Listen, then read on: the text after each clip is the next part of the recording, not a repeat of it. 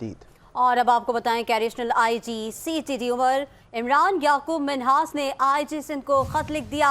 DSP Ali रजा के कातिलों से मुतालिक मालूमात फराहम करने पर 50 लाख रुपए इनाम मुकर्रर किए जाने की सिफारिश कर दी गई। इस बारे में मज़ीद तफसीलात जानेंगे नुमाइंदा 5 न्यूज़ यासिर हुसैन से। यासिर, तफसीलात से आगाह कीजिएगा। जी बिल्कुल, देखें, पुलिस डिपार्टमेंट के जो दावे हैं वो सिर्फ दावे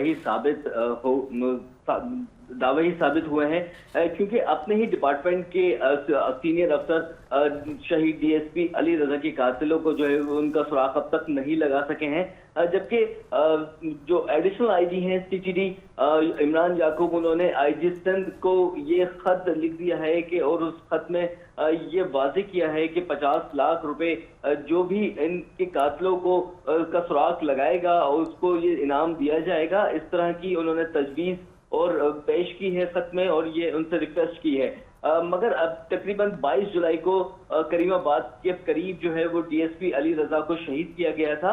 तकरीबन 1.5 माह से ज्यादा का वक्त गुजर जाने के बाद भी अब तक कातिलों का सुराग नहीं लगाया जा सका है। जी, 1.5 माह गुजरने के बावजूद कातिलों का सुराग नहीं लगाया जा सका। यासिर हुसैन तफसीलात से आगाह कर रहे थे, आपका शुक्रिया।